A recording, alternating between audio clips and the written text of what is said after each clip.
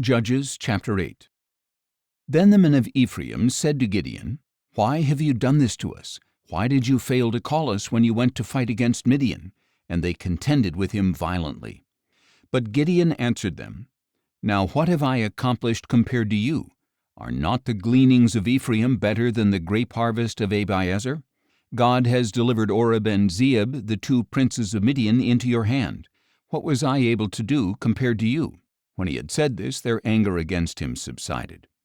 Then Gideon and his 300 men came to the Jordan and crossed it, exhausted yet still in pursuit.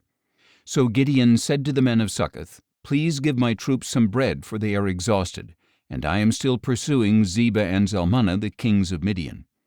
But the leaders of Succoth asked, "Are the hands of Zebah and Zalmunna already in your possession, that we should give bread to your army?"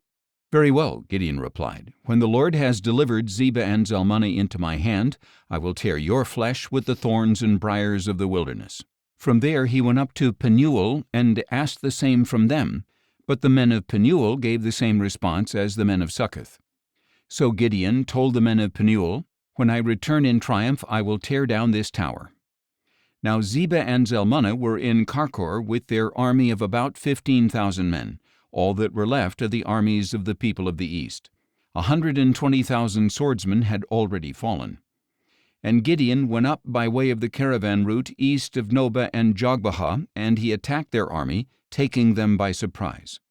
When Zebah and Zalmunna fled, Gideon pursued and captured these two kings of Midian, routing their entire army.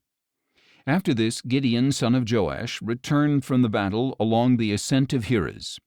There he captured a young man of Succoth and interrogated him. The young man wrote down for him the names of the 77 leaders and elders of Succoth. And Gideon went to the men of Succoth and said, "Here are Zebah and Zalmunna, about whom you taunted me, saying, 'Are the hands of Zebah and Zalmunna already in your possession, that we should give bread to your weary men?' Then he took the elders of the city, and using the thorns and briars of the wilderness, he disciplined the men of Succoth. He also pulled down the tower of Penuel and killed the men of the city." Next Gideon asked Zebah and Zalmunna, "What kind of men did you kill at Tabor?" "Men like you," they answered, each one resembling the son of a king. "They were my brothers," Gideon replied, "the sons of my mother. As surely as the Lord lives, if you had let them live, I would not kill you." So he said to Jether his firstborn, "Get up and kill them." But the young man did not draw his sword. He was fearful because he was still a youth. Then Zebah and Zalmunna said, "Get up and kill us yourself, for as the man is, so is his strength." So Gideon got up and killed Zebah and Zalmunna, and he took the crescent ornaments from the necks of their camels. Then the Israelites said to Gideon, "Rule over us, you and your son and grandson, for you have saved us from the hand of Midian." But Gideon replied, "I will not rule over you, nor will my son. The Lord shall rule over you." Then he added, "Let me make a request of you, that each of you give me an earring from his plunder." For the enemies had gold earrings because they were Ishmaelites. "We will give them gladly," they replied. So they spread out a garment, and each man threw an earring from his plunder onto it. The weight of the gold earrings he had requested was 1,700 shekels. In addition to the crescent ornaments, the pendants, the purple garments of the kings of Midian, and the chains from the necks of their camels. From all this Gideon made an ephod, which he placed in Ophrah, his hometown. But soon all Israel prostituted themselves by worshipping it there, and it became a snare to Gideon and his household. In this way Midian was subdued before the Israelites and did not raise its head again.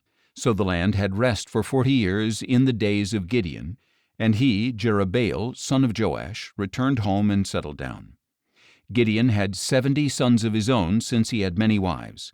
His concubine who dwelt in Shechem also bore him a son, and he named him Abimelech.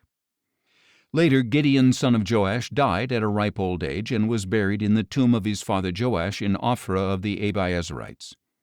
And as soon as Gideon was dead, the Israelites turned and prostituted themselves with the Baals, and they set up Baal-berith as their god. The Israelites failed to remember the Lord their God, who had delivered them from the hands of all their enemies on every side. They did not show kindness to the house of Jerubbaal, that is Gideon, for all the good things he had done for Israel.